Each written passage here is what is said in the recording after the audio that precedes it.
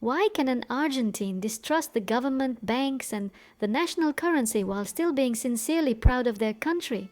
Why do people who have lived through inflation, defaults, dictatorship, and constant political conflict retain their emotional openness, sense of humor, and ability to celebrate life? And why do people in Argentina often rely not on the state system, but on family, friends, acquaintances, and their own ability to find a way out? Today we will talk about more than football, tango, and Buenos Aires. We will try to understand how the Argentine mentality emerged, the character of a society in which European ambitions collided with Latin American inequality, and where the dream of a great country continually runs up against economic instability.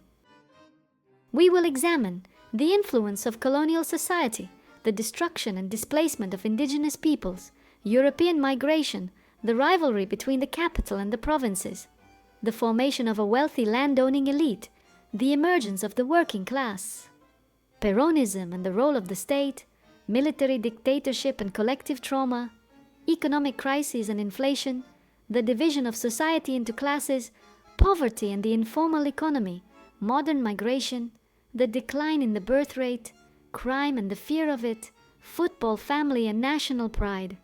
The central question will be this: is Argentina's ability to survive a strength of its people, or the result of a system that has failed them too often? The colonial legacy, distant power, local life. The Argentine mentality began to take shape long before the modern state emerged. During Spanish colonization, power was far removed from ordinary people. Decisions were made by the crown, officials, the military, and major landowners. Laws existed, but their enforcement often depended on personal connections, distance, and the interests of the local elite. Gradually, an attitude common to many societies with a colonial past developed. Official rules are one thing, real life is another. People learned to adapt.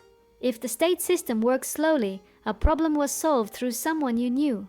If the law stood in the way of survival, it could be circumvented. If the central government changed, local life continued according to its own rules. This does not mean that Argentines are supposedly averse to order by nature. Rather, historically, order too often served the interest of the powerful instead of society as a whole. Trust therefore flowed not upward toward the state, but sideways toward family, friends, and the local community. Indigenous peoples and the creation of a national myth. Before Europeans arrived, various indigenous peoples lived in what is now Argentina. During colonization, the expansion of agricultural land and military campaigns, many were killed, displaced, or forcibly incorporated into the new society. Later, the state began constructing an image of Argentina as a predominantly European country. This image grew especially strong in the late 19th and early 20th centuries, when migrants arrived in large numbers from Italy, Spain, and other European countries. An idea took hold in the national consciousness. Argentina is a European country that happens to be located in South America. This idea created both pride and internal conflict.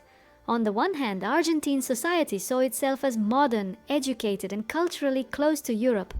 On the other, the real country remained part of Latin America, with severe class inequality, dependence on raw material exports, and enormous differences between the capital and the provinces.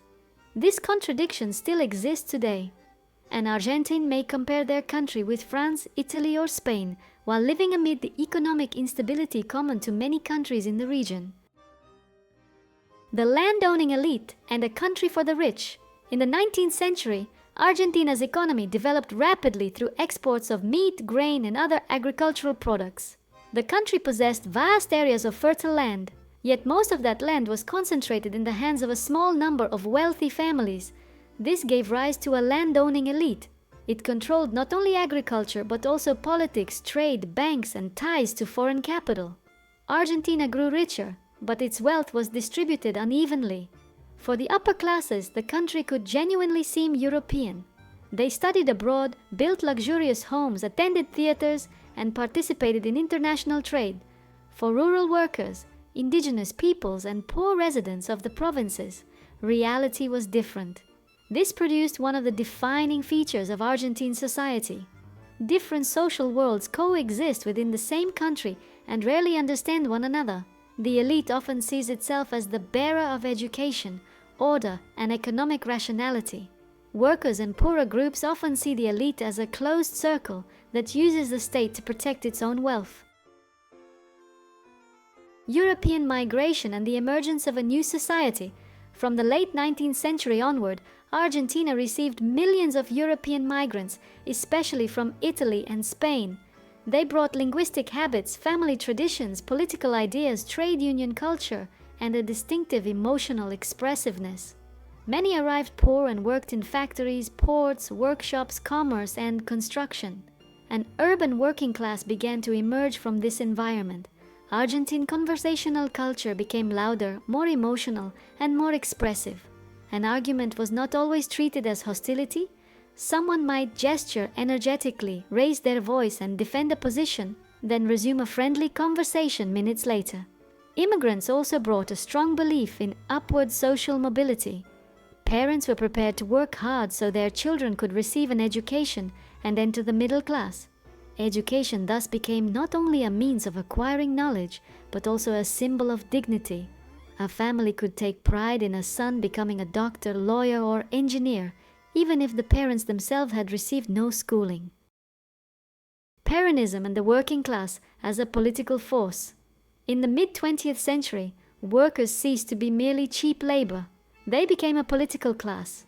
Peronism offered them social rights, labor protections, government programs, and a sense of dignity. For the first time, working people saw the state not only as police, taxes, and officials, but also as a possible protector.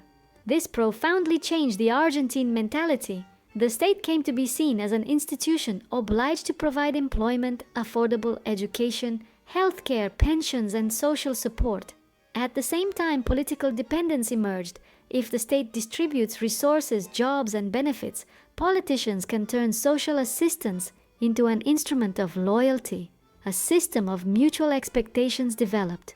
The people expect protection, politicians expect support, trade unions expect influence, and the state apparatus expects its structures to be preserved. For some, Peronism became a symbol of social justice. For others, it became a symbol of populism, excessive spending, and political control. Argentine society therefore remains divided not only by income, but also by its view of the state's role. Argentina experienced several military coups during the 20th century. The last military dictatorship from 1976 to 1983 inflicted especially severe trauma.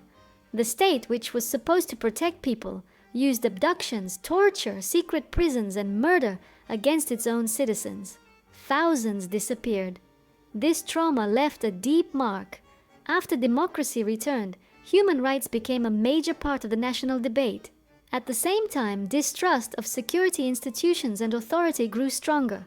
An Argentine may demand a strong state while fearing its excessive power. They may demand order while remembering that the word order once concealed repression. Society therefore continually debates: how much power should the police have? Where does security end and state violence begin? Can protest be restricted for the sake of public calm? For Argentina, these are not abstract questions. They are bound up with historical memory. Economic crises and the psychology of instability.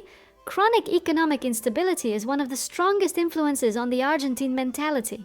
Many generations have experienced inflation, devaluations, frozen bank accounts, debt crises, rising unemployment, and the sudden erosion of their savings.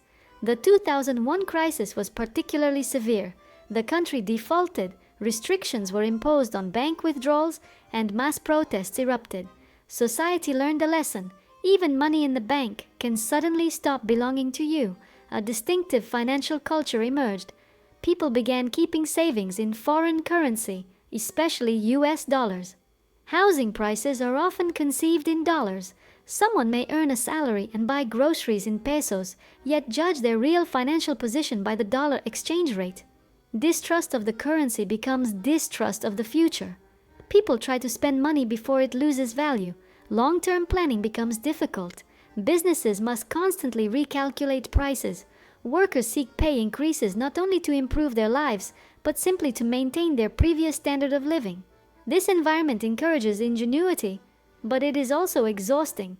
Argentines learn to react quickly, negotiate, and find alternative sources of income, yet they struggle to believe in the stability of the system. The social classes of modern Argentina. Modern Argentine society cannot be divided simply into rich and poor. It contains several social worlds.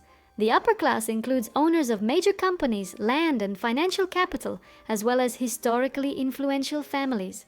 There is a professional upper middle class of doctors, lawyers, entrepreneurs, and specialists employed by international companies.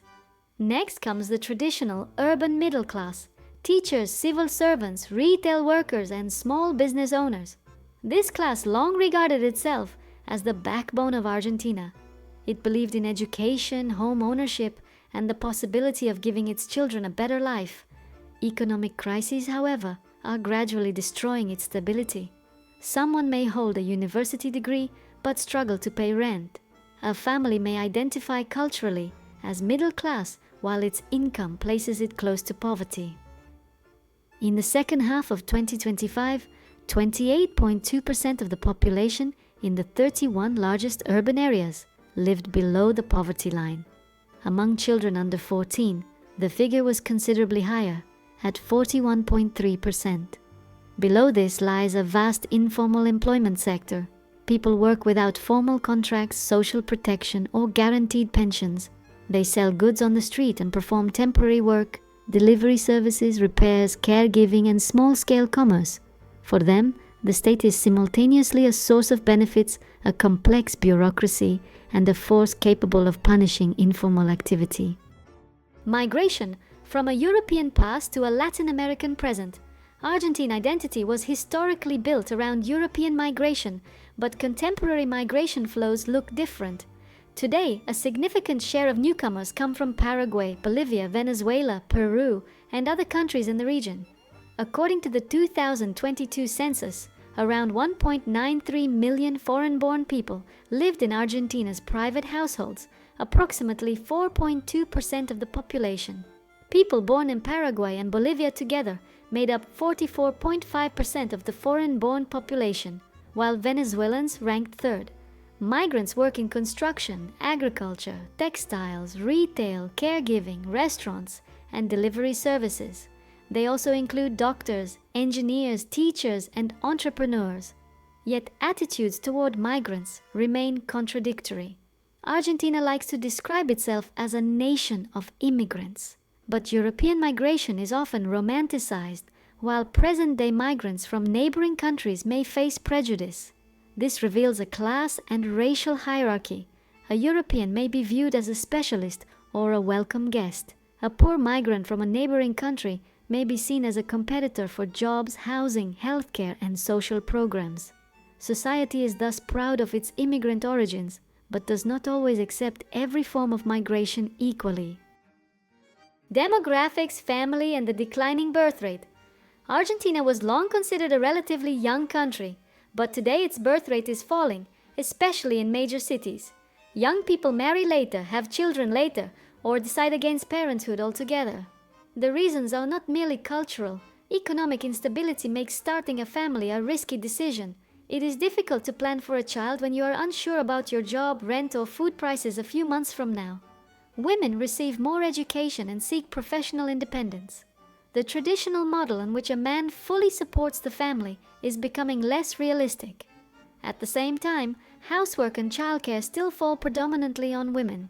A new contradiction emerges. Society remains family-oriented, but living conditions make it harder to create large families. Family is still enormously important. In a crisis, it replaces the bank, the insurance system, psychological support services, and sometimes the state itself. Adult children may live with their parents for a long time. Grandparents help raise grandchildren. Relatives lend money, help people find jobs, and provide housing. Argentine collectivism is therefore built less around the state than around close personal ties. Crime, a real problem and a social fear. Crime occupies an important place in public debate. Argentines discuss robberies, phone theft, car theft, drug trafficking, and violence in poor neighborhoods, but crime is distributed unevenly. Conditions can differ greatly between a small town, an affluent Buenos Aires neighborhood, and a poor suburb. The situation has become especially difficult in Rosario, where drug gangs operate and criminal networks clash. National statistics, however, show that Argentina's homicide rate is relatively low by Latin American standards. In 2025, the official intentional homicide rate was 3.6 per 100,000 people, down from previous years. Argentinian. Even so, the sense of danger may be stronger than homicide data suggests. People fear not only the possibility of being killed, but also losing a phone, a car, a day's takings, or money their family spent months saving. For the middle and lower classes, a single theft can be a serious financial blow. Crime cannot be explained solely by the bad character of individuals. It is influenced by poverty, social isolation, the lack of stable work, drug markets, corruption, and weak local institutions. But poverty does not automatically produce crime. Most poor people do not commit crimes. It is therefore dangerous to turn residents of poor neighborhoods or migrants into collective suspects. Fear of crime shapes the mentality.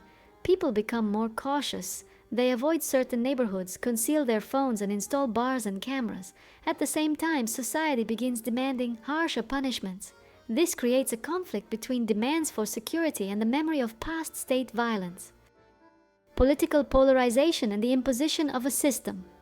Argentine politics is rarely calm. Society is accustomed to dividing people into camps, Peronists and anti-Peronists, supporters of a strong state and supporters of the free market, trade unions and business owners, the capital and the provinces, wealthy districts and working-class neighborhoods. Each political camp offers its own explanation of the crisis. Some say the country was ruined by wealthy elites, foreign capital, and cuts to social programs. Others blame government spending, corruption, subsidies, and political populism. As a result, citizens are asked to adopt not only an economic program, but an entire identity. They are expected to belong to a camp. Even discussions about taxes, football, education, or crime quickly become political. The media intensifies this divide. Each channel constructs its own reality. The same protest may be presented either as a defense of the people or as the work of political factions. People thus learn to distrust not only authority but information itself. Football as a substitute for unity. When politics divides society, football temporarily unites it. The national team becomes a space for shared identity where rich and poor can experience the same emotion. Yet even football reflects the structure of the country. Clubs are tied to neighborhoods, classes, family histories, and local belonging. A supporter does not merely choose a team. They inherit it from their father, grandfather, friends, and neighborhood. Football gives people a sense of community that is often missing from political life. A victory by the national team becomes proof that the country is still capable of greatness. Footballing success is therefore perceived as more than sport. It is emotional compensation for economic and political disappointment. Strengths of the Argentine mentality. Repeated crises have cultivated qualities that help people survive. Argentines adapt quickly. They readily strike up conversations, build connections, and negotiate. Family and friendship matter greatly. People know how to support one another emotionally.